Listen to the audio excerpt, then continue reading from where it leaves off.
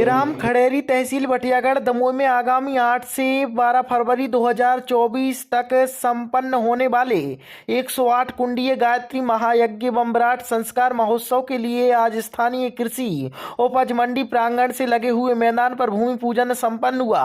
कार्यक्रम के मुख्य अतिथि लखन पटेल, राज्य मंत्री स्वतंत्र प्रभार और मध्य प्रदेश पिछड़ा वर्ग आयोग के अध्यक्ष डॉक्टर रामकृष्ण कुसमरिया, गौरव पटेल और गायत्री परिवार मध्य प्रदेश के प्रमुख राजेश पटेल व उप समन्वयक प्रभाकांत तिवारी द्वारा मंच से सफल आयोजन के लिए भरपूर सहयोग का आश्वासन तो दिया ही, साथ ही शुभकामनाएं भी दी गईं। प्रभाकांत तिवारी ने उपस्थित जनसमूह को अपनी ओजस्वी वाणी से संबोधित करते हुए कहा कि रामराज तो आ रहा है, तो हम लोग लक्ष्मण कैसे जिम्मेदार भी बनने हैं, तैयार हैं क्या।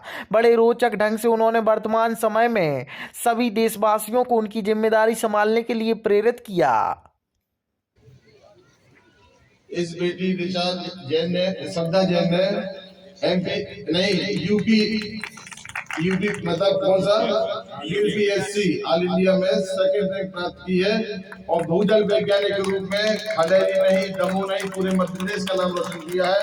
उसको हमारे आदरणीय लखन भाई साहब और हमारी बेटी कुमारी श्रद्धा जैन को और श्री भूपेंद्र अहरवाल जी, इन्होंने भी अपने क्षेत्र का नाम रोशन किया है करके उसमें आईएएस विभाग में इनका सम्मान जरूर कर देना, नहीं तो आप कायर कहलाओगे। हम लोग अच्छे सत्कर्मठों को सम्मान मत से करते हैं, उसी क्रम में हो रहा है।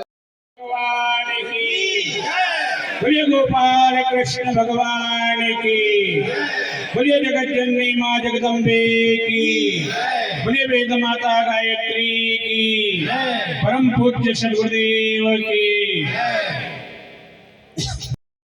चारों युगों को यदि हम बात करें, एक छोटी सी बात और कर लें कि सतयुग में काहे का युग था, तो परम पूज्य गुरुदेव ने एक ही भाव के साथ इस गायत्री को घर घर पहुंचाने की जो बात कही थी, वो सूत्र दिया था कि मानव में देवत्व का हो। देखा किसी ने स्वर्ग नहीं देखा, लेकिन परम पूज्य गुरुदेव ये एक चीज कहा करते थे, बेटे स्वर्ग कैसा होता है, स्वर्ग जाना चाहिए कि नहीं मुझे नहीं पता, पर लेकर के आना है। और ये निश्चित है कि 108 कुंडी यज्ञ आपको वो स्वर्गीय वातावरण दिखाएगा। अब ये होगा कैसे भाई, धरती पर स्वर्णा होगा। अच्छा पहले क्या था भाई, सतयुग था, 4 युग होते हैं ना, 4 युग होते हैं। तो सतयुग में क्या होता था, देवता अलग रहते थे और राक्षस अलग रहते थे। देवता स्वर्ग में रहते थे, राक्षस पाताल में रहते थे, ये व्यवस्था थी। तो फिर क्या हो गया, फिर आया त्रेता, तो दोनों एक जगह रहने लगे। राम भी इसी धरती पे और रावण भी इसी धरती पे आ गया। फिर और मॉरल व्यक्ति का डाउन हुआ, तो फिर कहां पे आ गए, द्वापर में। तो कलयुग, मॉरल और डाउन हुआ, तो अब राक्षस कहां रहते भाई बहनों। तो उन राक्षसों ने इसी इंसान के शरीर में घर बना दिया। राक्षस आ गए हर इंसान में। आज राक्षस की कोई अलग से पहचान नहीं है। काम के रूप में, क्रोध के रूप में, लोभ के रूप में, मोह के रूप में, वासना के रूप में, तृष्णा के रूप में भगवान, वो राक्षस कहां घुस गए, इस आदमी के शरीर में। तो भगवान ने कहा अच्छा तुझे डाल डाल चलना आता है, तो मुझे भी पत्ते पत्ते पर चलना। तो यदि तूने शरीर मित्रों, ये विचार क्रांति अभियान इस 108 कुंडी यज्ञ के माध्यम से, क्योंकि कोई भी प्रयोजन पूरा करने के लिए 3 चरण होते हैं, प्रयाग, याज और आपका क्रम बहुत अच्छा चल रहा। हमने जानकारी ली कि प्रयाग के क्रम में हमारे 6 माह से भैया बैठे हैं, इन्होंने कभी मुंशियारी की व्यवस्था संभाली थी और आज आपके इस छोटे से गांव खड़ेरी की व्यवस्था भी संभाल रहे हैं। इस मिशन का सबसे बड़ा केंद्र जो शांति कुंज के बाद, जहां मुंशियारी, हर कार्यकर्ता चाहता है कि एक बार मैं मुंशियारी साधना के लिए पहुंच जाऊं, और गुरुदेव ने हिमालय का तप करा करके और आपको यहाँ खड़ेरी गांव में भिजवा दिया।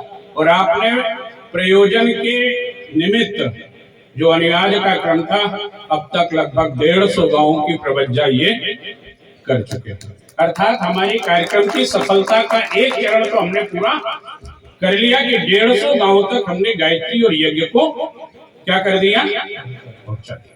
परिणाम क्या होगा कि प्रयाग अच्छा हो गया तो याद उससे भी अगर 150 गांवों तक, और हमारे जो है पंकज जी बता रहे थे कि हमारा टारगेट है 450 गांवों से परिजनों को इसमें सम्मिलित करना, अर्थात लगभग पूरा की पूरा दमोह जिला उन समय यहाँ पर उपस्थित होगा। 450 गांव का, अर्थात प्रयास तो शानदार, याद उससे भी बढ़िया। अब सबसे बड़ा होगा अनुयाद, जो सबसे महत्वपूर्ण काम है। तो वो अनुयाद कौन करेगा? अब ये उठेंगे चले जाएंगे, क्योंकि इनके लिए कुछ काम और सोच रखे गए हैं, तो ये तो वहां चले जाएंगे, दमोह वाले दमोह चले जाएंगे, आज जो जहां के वो वहां चले जाएंगे, लेकिन इन गांवों तक जाएगा कौन? तो भाई बहनों, एक काम आपने बहुत अच्छा करके आए थे कि शांति कुंज में गए थे 170 लोग, काहे के लिए गए थे? ऊर्जा मांगने गए थे ना। उन 170 लोगों में से अभी यहाँ कितने लोग बैठे, जरा हाथ खड़े करना। हाँ, तो यज्ञ के बाद की जिम्मेदारी फिर आपकी है। उस अनुयायी के क्रम को किसे करना है? वो क्रम आपको करना है। मित्रों, परम पूज्य गुरुदेव ने ये वैसे ही संसार को सुधारने का जिम्मा किसका है? गुरुदेव भगवान का, हमारा आपका नहीं। हमारे आपको तो क्या है, केवल लाठी लगाना है। युग निर्माण का काम किसने लिया है? भगवान ने अपने हाथों में ले रखा है। परम पूज्य गुरुदेव का काम है और परम पूज्य गुरुदेव उस काम में लगे हुए हैं। एक बार गुरुदेव कहने लगे कि बेटे, इस शरीर से तो सारे काम नहीं किए जा सकते, लेकिन मुझे पूरी दुनिया को ठीक करना है, इस धरती पर वापस सतयुग लेकर के आना है। और वो सतयुग जब वापस कैसे आएगा? तो बेटे, मुझे मेरे शरीर से मैंने 5 वीरभद्र पैदा कर दिए। क्या, कितने वीरभद्र?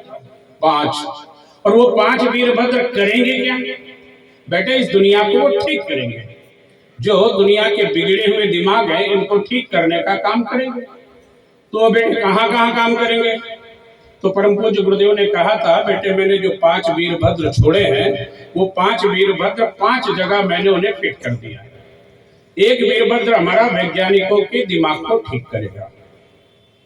क्या ठीक करेंगे? बेटे, मैंने वैज्ञानिकों के मन मस्तिष्क में उस वीरभद्र को बैठाया और राष्ट्र सशक्त और समृद्ध कैसे हो, इसके लिए वो प्रश्न जो है क्या करेंगे? परीक्षण करेंगे और राष्ट्र को समर्थ और सशक्त बनाने के लिए वो अपनी सारी प्रतिभाएं उस कार्य में लगा देंगे। और मित्रों, आज हम परिस्थिति देख रहे हैं कि आज हमारा विज्ञान इतना सशक्त और समर्थ हो चुका है कि सारा विश्व हिंदुस्तान के वैज्ञानिकों का लोहा मान रहा है और सारे विश्व को हमारे देश के वैज्ञानिक उसका प्रतिनिधित्व करें। एक साथ 108 उपग्रहों को लॉन्च करते हैं।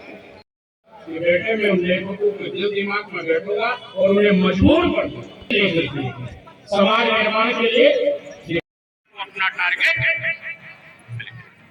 लेकिन दुर्भाग्य है कि हम अपने टारगेट की पहचान हुआ करती थी। क्या पहचान थी? उसका बोल मगर अवकाश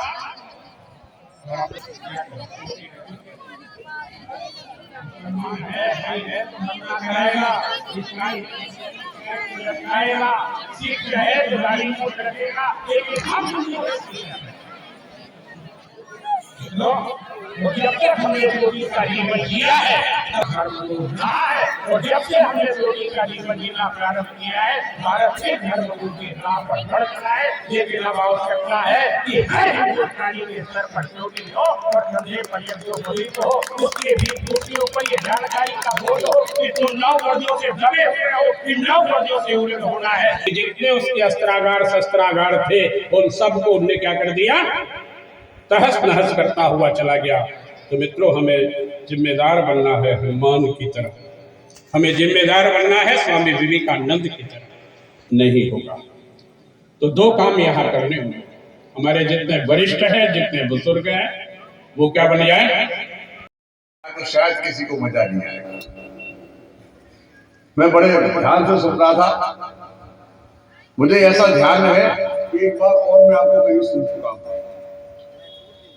और इतना अच्छे तरीके से जो उन्होंने विश्लेषण किया है इसका, सच में उसका यदि हम 1% भी अपने अंदर उतार लें तो शायद ये यज्ञ जो हो रहा है इसका सार्थकता हो जाएगी। इतने अच्छे अच्छे उदाहरण उन्होंने दिए, इतनी अच्छी अच्छी बात के साथ उन्होंने अपने इस बात को समझाने का प्रयास किया, तो सच में बधाई के पात्र है।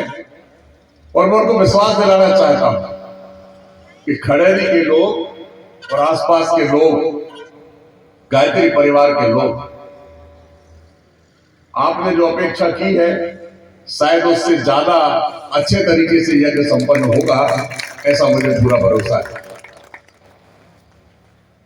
युग निर्माण की बात जहां से शुरू हुई थी, गुरुजी ने कहा था ये युग का निर्माण करेंगे, और उस समय एक पत्रिका, जब मैं बहुत छोटा था तो एक पत्रिका आती थी युग निर्माण योजना, तो कई बार उसमें लेख पढ़ पढ़ के मैं सोचता था ये कौन लिखता है।